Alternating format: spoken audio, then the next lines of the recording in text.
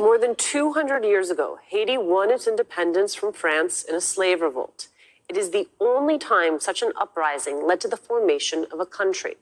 But that freedom came with a heavy price. Building upon decades of research from historians, a New York Times investigation published Saturday shows after Haiti won its independence, it was forced to pay France a massive ransom or face another war, making Haiti, quote, the first and only country where the descendants of enslaved people paid the families of their former masters for generations. Haiti sent billions of dollars to France over several decades, funding the Eiffel Tower, growing France's robust economy. The New York Times concludes that if money had stayed in Haiti, it would have added up to $115 billion.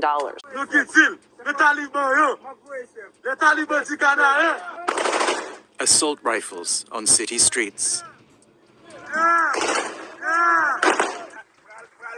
Men stopping cars, checking documents.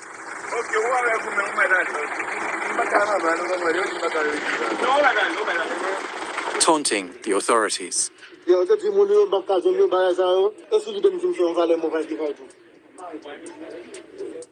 This is Haiti today. More than 150 gangs acting as they please. Most of the gangs are based in Port-au-Prince, the capital. They control large parts of the city, including the major arteries. They have blocked access to the main oil terminal and the law courts.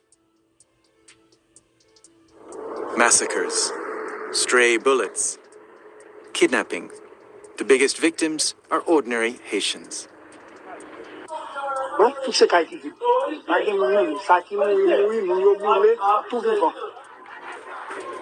Gangs have been active in Haiti for years, but our observers say things have never been this bad.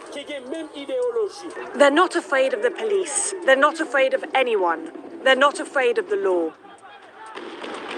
The country's economy and politics are in turmoil after the assassination of President Jovenel Moïse by a hit squad in July 2021.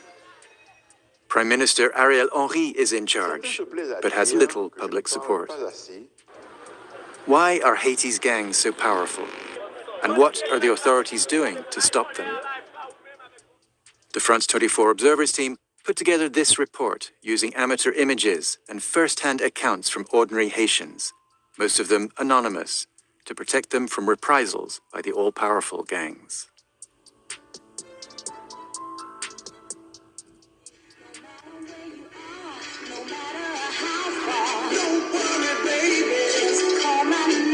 Classic soul, two sisters dancing along.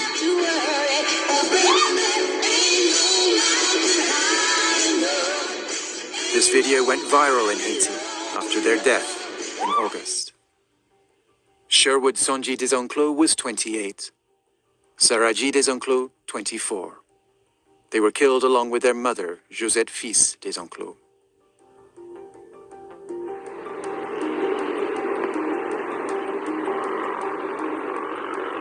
The killing happened in a suburb of Port-au-Prince.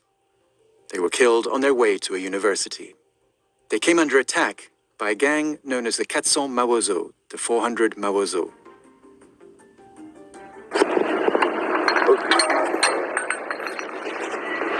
There are no videos of the attack itself, but this video, filmed once police arrived on the scene, shows the family's car. Jean Simpson Desenclos lost his wife and 2 daughters that day. When I got there, the street was deserted. All you could see was the remains of our car. There was nothing left of my wife and girls. I had to ID their remains at the funeral parlor. The gang members wanted to kidnap them, but they resisted, and the gang members opened fire on them.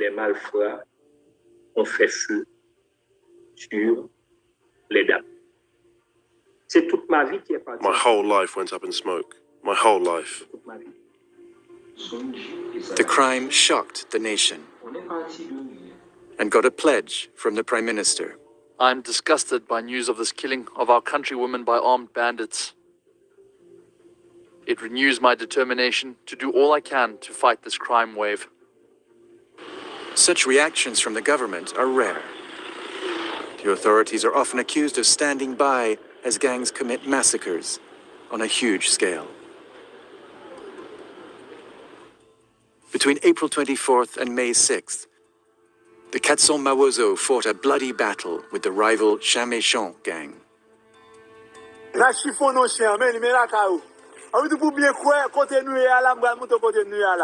At least 191 people were killed in 2 weeks, 3/4 of them local residents. Survivors fled. Monday night, the shooting was constant.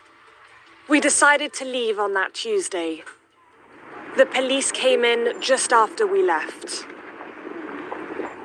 In the Cité Soleil neighborhood, there was fighting from the 7th to the 17th of July between two coalitions of gangs.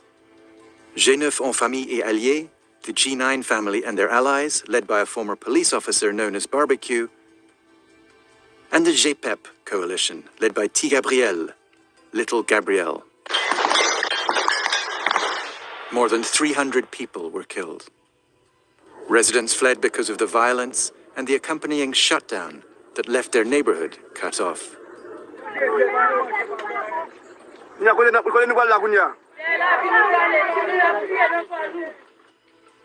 The RNDDH, a Haitian human rights group that documented the two massacres, said the police adopted what they called a non-interventionist posture. We at the RNDDH believe that the silence of the authorities is an indication that the armed gangs enjoy protection and blessing from those same authorities. It seems that the people running the Haitian state have decided to abandon their citizens to their fate, being caught in the crossfire between warring gangs.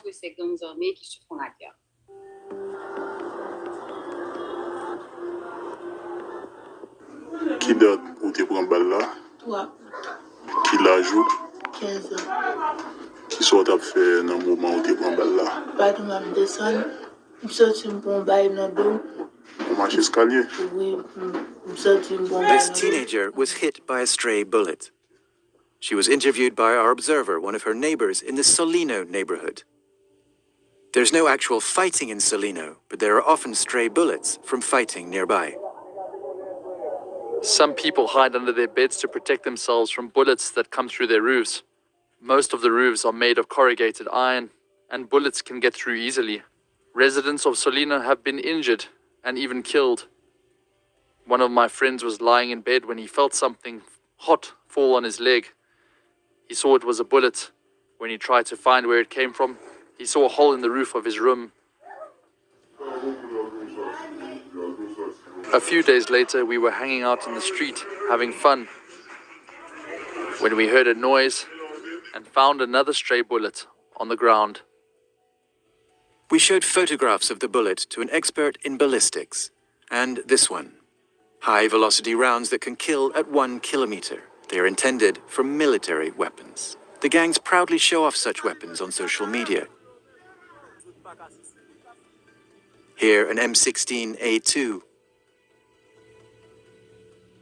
And here, a Kalashnikov. The gangs are better armed than the police. When there are confrontations between the gangs and the police, it's generally the police that are killed. And most of the time, the police are forced to retreat. US restrictions on arms sales to Haiti mean the police are often outgunned. They also suffer from poor staffing levels and corrupt links between certain officers and the gangs.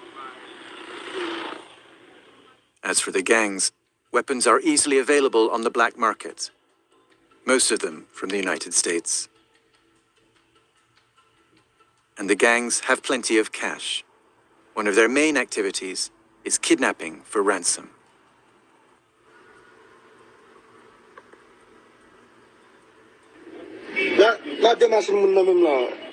The leader of a gang called 5 Secondes, 5 seconds, taunting the police after kidnapping 38 people.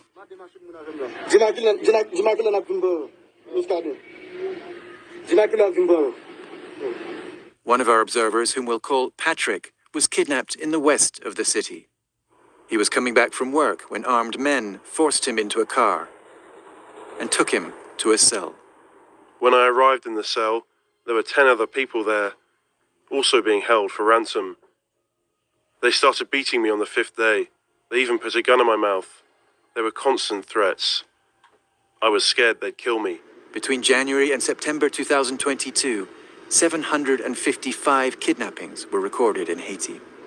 They're a regular feature on social networks, posts letting friends and family know a loved one has been kidnapped.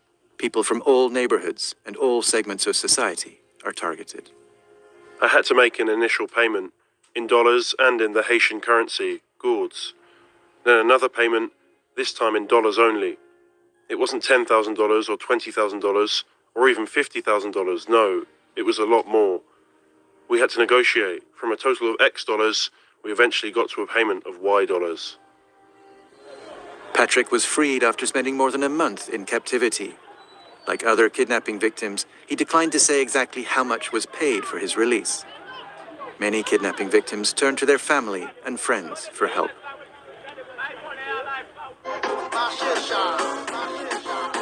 Observers say Haiti's gangs have other sources of cash, business leaders paying for protection and politicians seeking votes. From our findings at the RNDDH, there's no question of ideology in the links the gangs forge with elected officials. The sole motivation appears to be financial. The men and women who run the Haitian state use the gangs to maintain their position and to get re-elected. The gangs also extort money from shopkeepers in the neighborhoods they control, paralyzing the economy.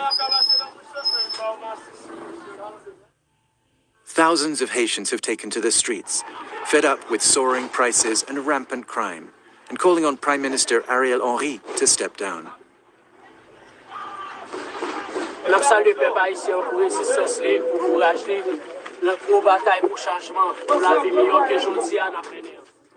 Gang leaders like the G9 family's barbecue pose as leaders of the people, despite the violence their men wreak on the streets. We asked the Haitian police and the Prime Minister's office to contribute to this report, but they did not respond. In October, Prime Minister Henry appealed to the international community to send an armed intervention force to fight the gangs. The protest that met his proposal suggests that many Haitians see a change of government as a better chance, though still slight, of ending the violence.